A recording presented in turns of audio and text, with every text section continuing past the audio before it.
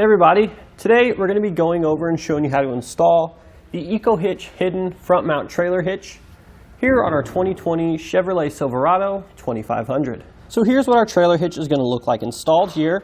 The majority of it is actually going to be tucked up behind our front bumper fascia here. So the only thing we're really going to be seeing is the actual receiver tube. Now with this hidden install, obviously we're going to get the best overall appearance, but we're also not going to reduce our ground clearance near as much. It actually doesn't even stick down below this plastic panel here, so it won't be reducing our ground clearance at all. So a front mount trailer hitch receiver can be used for a number of different things. Probably the most common purpose would be to help position a trailer. If we have a tight parking space, we need to park our trailer in, or we need better help maneuvering our trailer in the campground, the front mount trailer hitch is going to be an excellent option for that.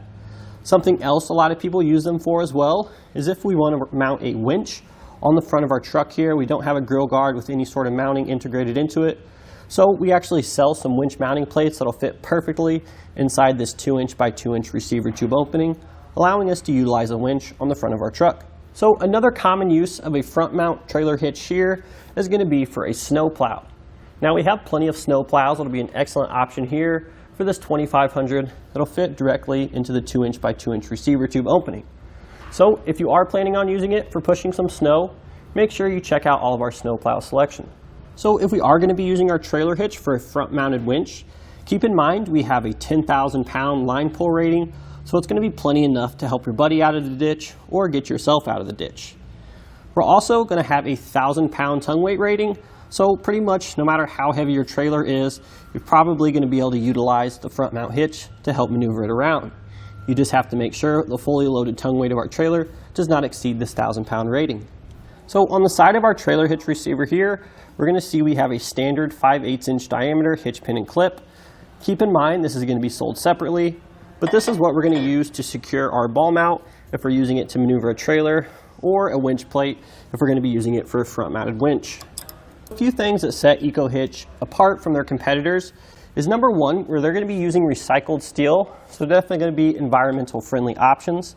And they're also made right here in the USA, so you know you're getting a quality, well-made product. So now we have a couple measurements here for you that are going to help you when you're selecting your hitch mounted accessories. The first one we're going to measure from the ground to the top inside edge of the receiver tube. That'll be useful when you're selecting your ball mount. That's going to be 15.5 inches. And then lastly, we have the distance from the center of the hitch pin hole to the outside edge of the bumper there.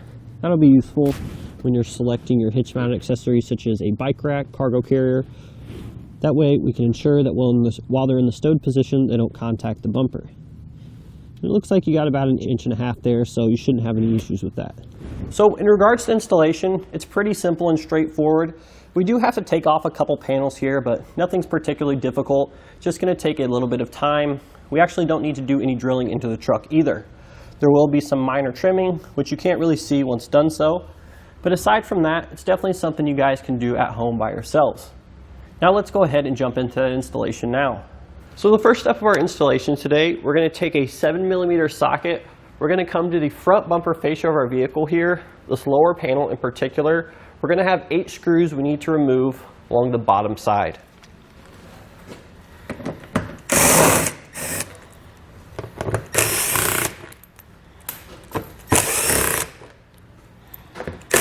So now we're going to come inside our bumper here, directly behind the front bumper portion.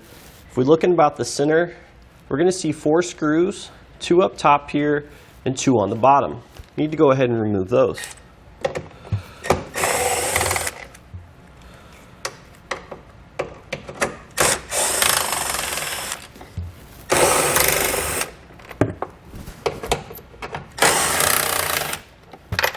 So now that we have the 4 center screws out, we're going to have 2 more here on either side we need to remove as well.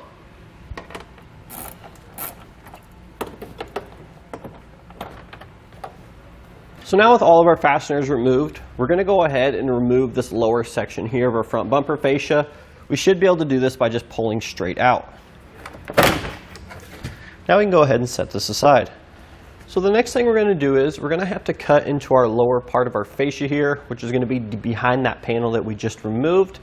As you can see here, we've already got our outline. But the first thing you're going to do is you're going to take the center point of these two mounting holes here on the outside.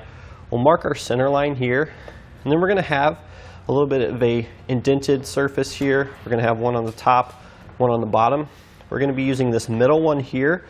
So we're going to take our center line, and then we're going to mark over and the amount in our instructions here to get our outside lines. Then we're going to draw those straight down all the way to this bottom lip here, and then we'll simply make a line on the top here where our two ridges meet. So we'll go ahead and mark out that surface there. Now we're going to take a Dremel. We're just going to cut that out. Before we do so, we want to make sure we check behind here, make sure we're not going to be cutting into any wires or anything.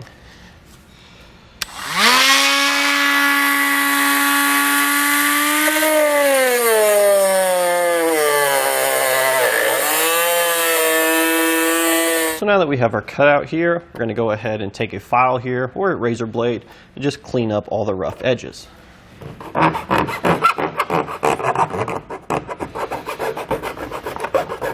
So the next thing we're going to do is we're actually going to begin trimming the piece that we took off a few steps prior.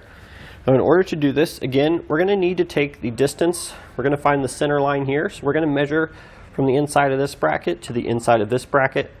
That's going to give us our center line measurement. And then we're going to measure out a little bit on each side. The exact amount is going to be specified in the instructions. And then we're going to measure for the top, which is going to be from the bottom of our tab here to the top of this inside here. So once we have our cutout lined out, we can go ahead and take our trimmer tool and make sure that we get everything out to the correct size.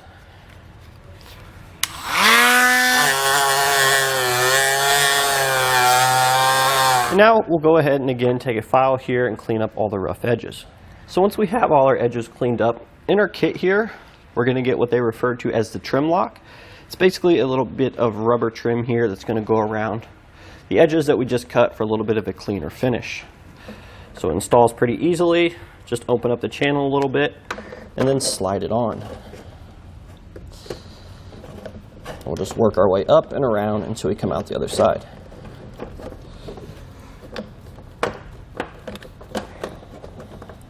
This is what it should look like when we're done. We'll simply just trim off the excess here. Come to the outside here, we're still going to be working down on this lower portion of the front bumper fascia. We're going to have 2 screws here. We're going to have 2 on either side for a total of 4. We need to remove those.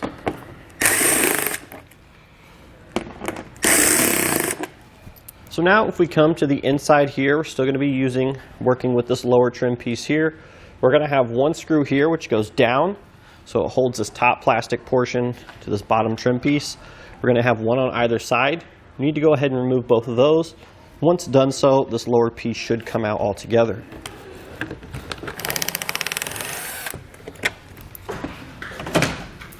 Just go ahead and set this aside.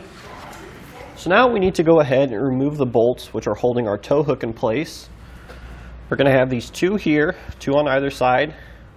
We're going to remove these using an 18mm socket and wrench. We're going to have a nut on the back side we're going to need to hold as well.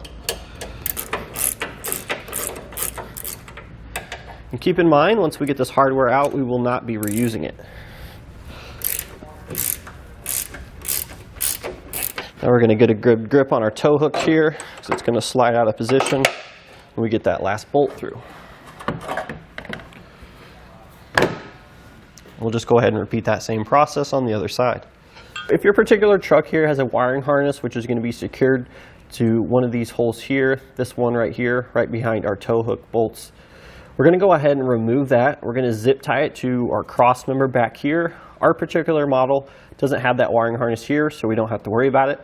But if you do have that, we'll unclip it here and again just zip tie it to the cross member here using the provided zip tie. So now we need to go ahead and remove our factory skid shield here. It's going to be held on with 4 bolts, 2 on the top and then 2 on the bottom. We'll take a 15mm socket. We'll remove those now.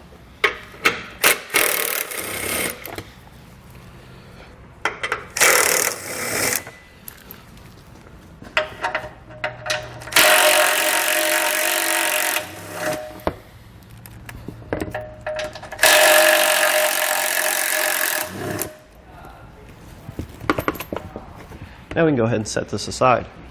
So now what we're going to do is we're going to come to either side here where we just removed the factory tow hook. We're going to take our longer 5-inch hex bolts here. We're going to need 2 of them for this step. We're going to place a flat washer on each one. And we're going to come from the outside and push our bolts in towards the inside of the vehicle here.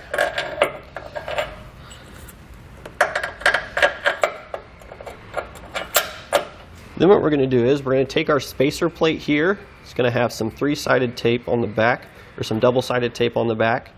We'll remove that, and we're going to place that. We're going to line the 2 holes here with our 2 bolts. And we're going to press it against the frame there so it can stick. And now we're going to flush up our bolts with that spacer plate, just like that. We'll repeat the same process on the other side. So now we can take our center panel here. We're going to go ahead and reinstall this back on the vehicle here using the reverse order that we used to take it off.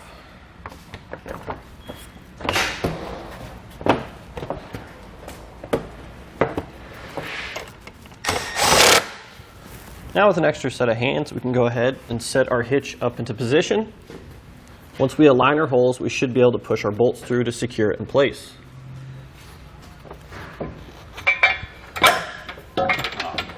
Now that we have our hardware in place, go ahead and install a flat washer. Follow that up with a lock washer. And then finally our hex nut. We'll just repeat that same process on our other 3 bolts there. So the next thing we need to do is we need to secure our hardware to this last attachment hole here on the outside of our flange. In order to do that, we're going to take our fish wire here that comes in our kit. We're going to feed the coiled end through the hole in the hitch. We're going to feed that through till it comes out the opened end at the top of our frame here. We'll simply pull that down. The next thing we're going to do is we're going to take our spacer block. I'm going to put that over there like so. We're going to follow that up with one of our conical tooth washers. And finally, we'll thread on our hex bolt.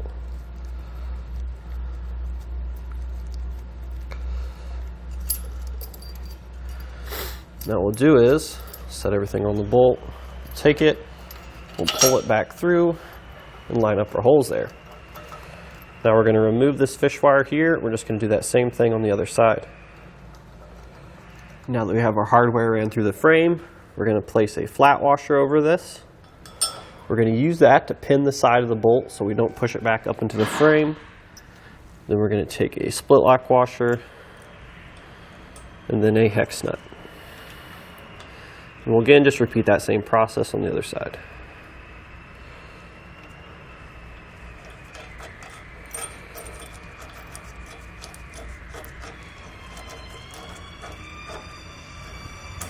So now we'll take our 19mm socket. We're going to torque down all of our fasteners to the amount specified in our instructions.